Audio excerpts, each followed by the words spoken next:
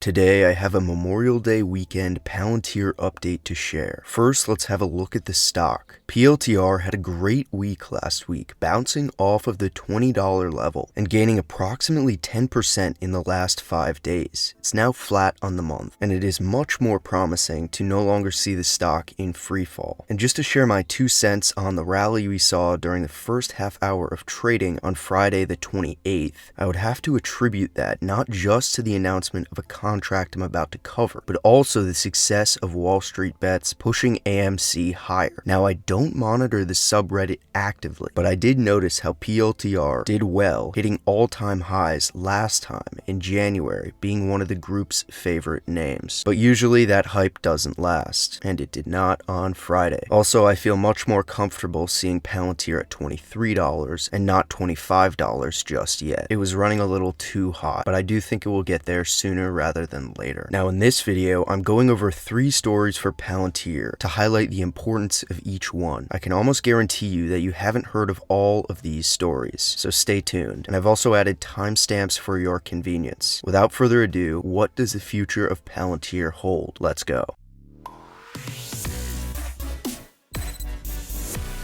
Likely you've already heard, but Palantir is getting chosen by the United States Special Operations Command to continue serving as the enterprise data management and AI-enabled mission command platform as part of the Mission Command System and Common Operational Picture program. Now, what does all of that mean? Well, it turns into a contract that is actually massive. The contract includes a base year with a 1-year option and is valued at $111 million, inclusive of options with $52.5 million executed upon the contract's reward. And here's a quote: "When special operators are risking their lives in no-fail scenarios, they deserve technology that works. Our partnership with USSOCOM was one of our first in the US military, and we are honored to keep providing technology that gets the job done while partnering on the future of what is possible," says Doug Philippone, Palantir's global defense lead. And here's a rare clip of him on CNBC on the topic. Thanks to Deborah for the tip. We're going to turn to the defense piece of the proposal specifically. Now, we already know the White House would like to allocate $715 billion to the Pentagon in fiscal 2022, which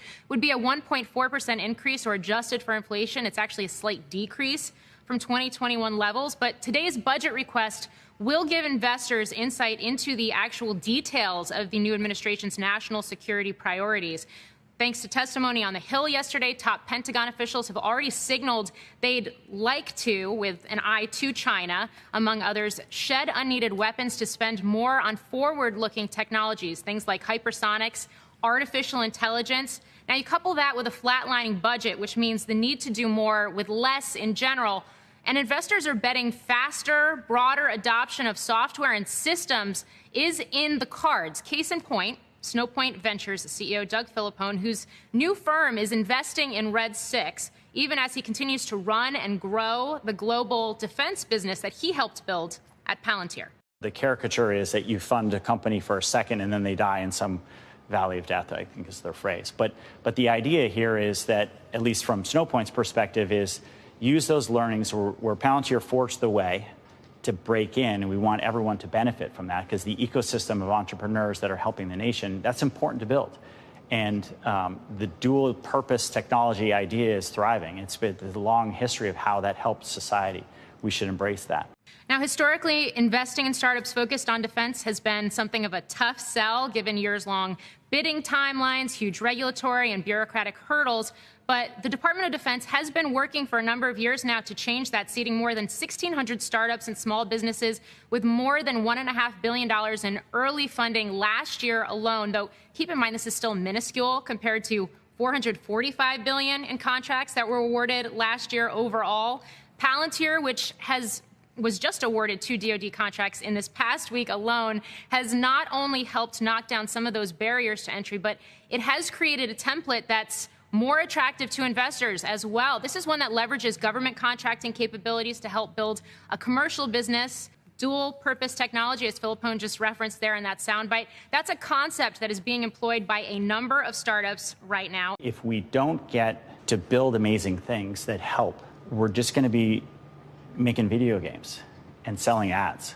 It's like, this is important. You can make money too, and that's great because it's the lubricant that gets everything going. But the mission and keeping our nation first is the most important thing. And I think, reflecting on Memorial Day, I'm investing in America. Just for some context, he is still full-time at Palantir, but is recently the co-founder of Snowpoint Ventures, which he's been working on for 3 months at this point. I don't believe he'll be leaving Palantir at any time soon, but maybe he's looking to transition away in the future, which would definitely be a loss to the team. Something to think about another day. Moving on to the second story here. It looks like Palantir is about to be used by the Bavarian Police. I'm not going to read the whole article, but it's linked in the description if you want to do so. Instead, I'll be sharing the relevant portions. Thanks to Chad Palantard on Twitter for the tip. There is exactly one company to which these requirements apply, speaking in reference to Palantir's dedication to data protection while accomplishing the necessary functions. It's an open secret. Palantir is tailor-made. Yeah, they just said that. Today, the company works for the Pentagon, among others. Europol uses Palantir's Gotham big data software. Continuing on to explain why Gotham is such a good fit for their line of work, especially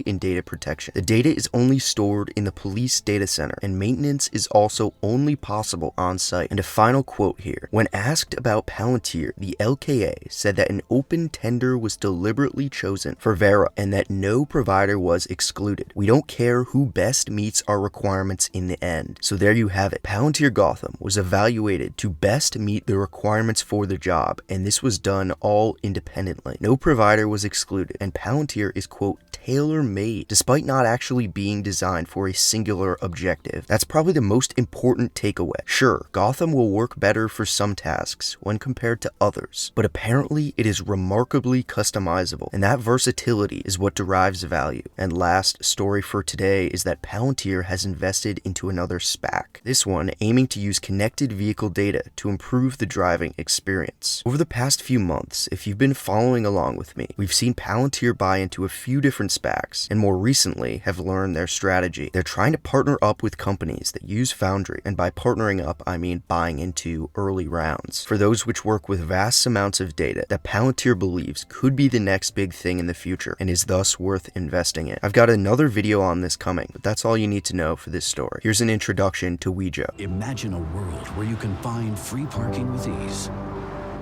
in even the busiest of cities. A world where congestion and emissions are reduced to make cities more livable. Imagine a world where speeding and dangerous hotspots are identified and accidents prevented. A world where road conditions can be communicated to drivers in real time, no matter where they are in the world. A world where drivers can be quickly and efficiently guided to a safe place during times of extreme weather. Imagine a world where your car orders and pays for your drive-through for maximum convenience. Where traffic lights are optimized so everyone's journey time is reduced. Imagine a world where the response to breakdowns or vehicle accidents is automatic, so rescue waiting times are minimized. A world where issues in your car are known and the relevant people alerted before the fault occurs.